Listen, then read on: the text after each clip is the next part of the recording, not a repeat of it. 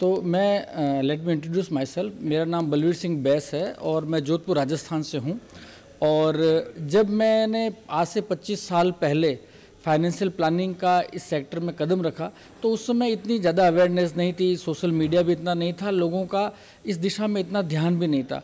और कहीं ना कहीं जो सबसे बड़ी कमी थी वो थी फाइनेंस की एजुकेशन की। देखिए, मैं आपको एक बात कहता हूँ, हमारे समाज में एक ऐसा ट्रेंड है कि हम परिवारों के अंदर सब तरह की बात करते हैं, चाहे वो सोशल सेगमेंट की बात हो, चाहे वो पॉलिटिकल बात हो, स्पोर्ट्स की बात हो, या फिल्म्स के लेकर के रिलीजन, सब तरह की हम लोग बात करते हैं। लेकिन कहीं ना कहीं हम इस चीज़ को भूल जाते हैं कि जीवन में, मैं ऐसा तो नहीं कहूँगा कि पैसा ही सब कुछ है, लेकिन पैसा बहुत कुछ है। और आज के भौतिकवाद के युग में पैसे के बिना कुछ नहीं हो, ऐसा भी स्वीकार नहीं कर सकते। तो पैसा बहुत है। और आखिरकार आदमी जो इतनी एजुकेशन लेता है, जीवन भर जो संघर्ष करता है, उन सबका सार भी अगर देखें तो कहीं ना कहीं उसका जो एक प्रमुख उद्देश्य है वो पैसा कमाना है।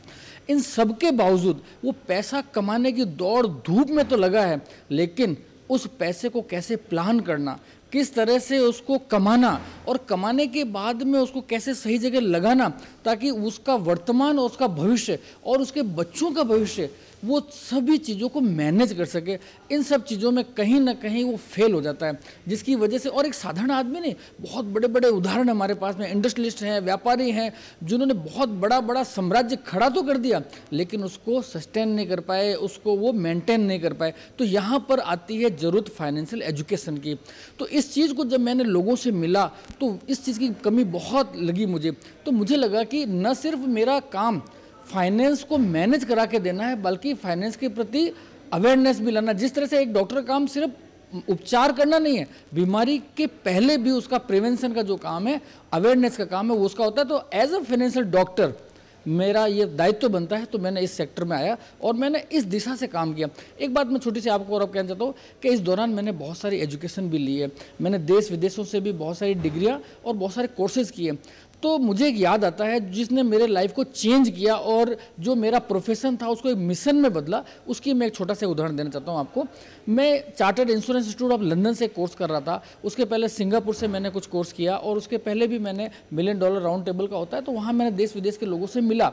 एक कोर्स के दौरान जब हमने कोर्स कंप्लीट हुआ तो कंप्लीशन के दिन मुझसे एक सवाल पूछा गया कि बलवीर जी, आपने बहुत सारी एजुकेशन ले ली है, लेकिन इसका समाज को कंट्रीब्यूट क्या होगा?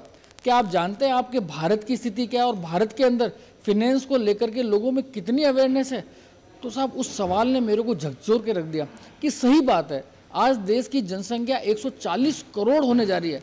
140 करोड़ की आबादी को कोई भी government, with all due respect to governments, मैं ये कहता हूँ कि कोई भी government social security completely 140 crore लोगों को नहीं दे सकती अपने दम पर।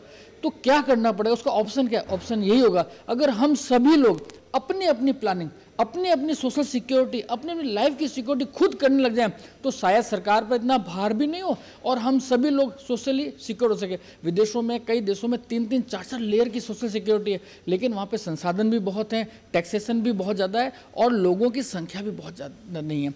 तो ऐसी स्थिति में मुझे लगा कि हमें सोशल सिक्योरिटी के लिए लोगों को जानना चाहिए, उनको अवेयर करना चाहिए। तो मैंने एक मिशन लिया कि मैं 1 लाख लोगों तक जाऊँगा, यानी कि मैंने टारगेट बनाया कि 25,000 परिवारों तक मैं जाऊंगा। और मेरे टारगेट को आज जैसे आपका चैनल है उसके माध्यम से और डिजिटल जो प्लेटफॉर्म्स है उनके माध्यम से मैं लोगों से आज जूम पे मीटिंग करता हूं, लोगों को 1 to many के रूप में काफ़ी सारे लोगों से बात करता हूं। तो मेरा, मुझे लगता है जो मेरा मिशन मैंने हाथ में लिया है उस मिशन को मैं पूरा कर पाऊंगा। तो मैं इसी आज मिशन में और इसमें काम में लगा हुआ हूँ। फाइनेंशियल प्लानिंग का इंश्योरेंस एक पार्ट है ना, एक पार्ट है, one of the part, not finance. Insurance is not the financial planning, एक बात। दूसरी बात यह है कि हाँ, $1 मिलियन राउंड टेबल एक रिकग्निशन है जो आपको एक सर्टेन लेवल पर मिलता है, तो वो एक बात भी ठीक है। फिर आपने कहा कि क्या इंश्योरेंस ही सोशल सिक्योरिटी का एक रूप है? तो मैं ये कहूँगा कि सोशल सिक्योरिटी, देखिए एक तरीका है। मैं आपसे उदाहरण से बात करता हूँ कि जैसे आज सपोज आपकी इनकम 2 लाख रुपये महीना है, यानी कि आप 24 लाख रुपए साल के कमाते हैं। तो 24 लाख रुपए अगर आप कमाते हैं तो आपके पास में 2 ऑप्शन हैं। एक ऑप्शन ये होता है कि आप अगले 20 सालों में, 15 सालों में, जो भी आपकी एज है, जितना पैसा कमाएंगे तो आप वो कमाएंगे, वो आपके परिवार की एक वेल्थ बनेगी। मान लीजिए आप अगले 10 साल पैसा कमाते हैं तो 2.5 करोड़ रुपए आप मिनिमम बनाएंगे, है ना, और परिवार को देंगे। वो आपका परिवार के लिए लायबिलिटी भी है और आपकी रिस्पॉन्सिबिलिटी भी है और आपके लिए कंट्रीब्यूशन भी हुआ। लेकिन अगर ईश्वर न करे, मैं आपके 100 साल की उम्र की कामना करता हूँ, आज अगर आपको कुछ हो गया तो अगले 20 सालों में जो आपकी 10 सालों में जो लायबिलिटीज़ हैं फैमिली के प्रति जो है उसका क्या होगा। तो उसके जवाब ये है कि आप या तो उतना पैसा, जैसे 2.5 करोड़ रुपए आप बैंक में एफडी करा दीजिए, आपका फैमिली सिक्योर हो सकती है, या फिर आप 2.5 करोड़ रुपए का म्यूचुअल फंड का या जो भी है वो आप लगा कर रख दीजिए, है ना। या फिर तीसरा ऑप्शन ये है कि आज आप 1.5 लाख 2 लाख रुपए ईयर साल का दीजिए और आप 2.5 करोड़ का इंश्योरेंस करा लीजिए, है ना। यानी 1% में, या मैं कह सकता हूँ कभी कभी तो 0.5% में, आधा % में भी हम आपकी जो अगले 10 साल 20 साल की रिस्पॉन्सिबिलिटी है उसको पूरा कर सकते हैं। तो इतनी बड़ी जो लायबिलिटी है उसको अगर कोई इंस्ट्रूमेंट पूरा कर सकता है तो फाइनेंस के सेक्टर में इस तरह से फ्यूचर की जो लायबिलिटीज़ हैं उनको पूरा करने का सिर्फ और सिर्फ एक इंस्ट्रूमेंट है, दैट इज़ इंश्योरेंस। तो उस जगह पर इंश्योरेंस आपका जवाब सही हो सकता है। प्रधानमंत्री जी जो ये विज़न लेकर आए, मैं समझता हूँ सबसे पहले तो विज़न बहुत ज़रूरी था देश के अंदर कि हम ऐसा कर सकते हैं। और जब वो प्रधानमंत्री बने तो देश 10वीं बड़ी इकोनॉमी था, आज 5वीं इकोनॉमी बन चुका है और उनका टारगेट है इस फाइनेंस जो अगले 5 साल हैं उसमें 3rd largest economy of the world वो बनाना चाहते हैं। तो मेरा ये कहना है कि ये तभी बन पाएगा और सस्टेन कर पाएगा जब कि लोग उस भावना से और उस मिशन से काम करेंगे, यानी कि रोजगार और विशेष तौर पे स्वरोजगार पर आएंगे। जब तक लोग स्वरोजगार पर नहीं आएंगे जीडीपी हमारी बढ़ेगी नहीं। कुछ लोगों तक ये अगर विकास सीमित रहा तो देश विकास नहीं कर सकता और हम विश्व में कंट्रीब्यूट नहीं कर पाएंगे। एक छोटा सा उदाहरण देखिए, अभी बजट आया है तो बजट पे मैंने एक चैनल पे कहा भी था कि आज देश में 150 करोड़ के लगभग जनता है। आपको आश्चर्य होगा जान करके कि सिर्फ 8 करोड़ 18 लाख लोगों ने लास्ट ईयर इनकम टैक्स की फाइल भरी है और उसमें से भी 6 करोड़ 18 लाख लोगों ने तो सिर्फ फॉर्मली, ताकि रिटर्न भर जाए, वो क्या, उन्होंने टैक्स पे नहीं किया है। पे करने वाले लोग 2 करोड़ से भी कम हैं।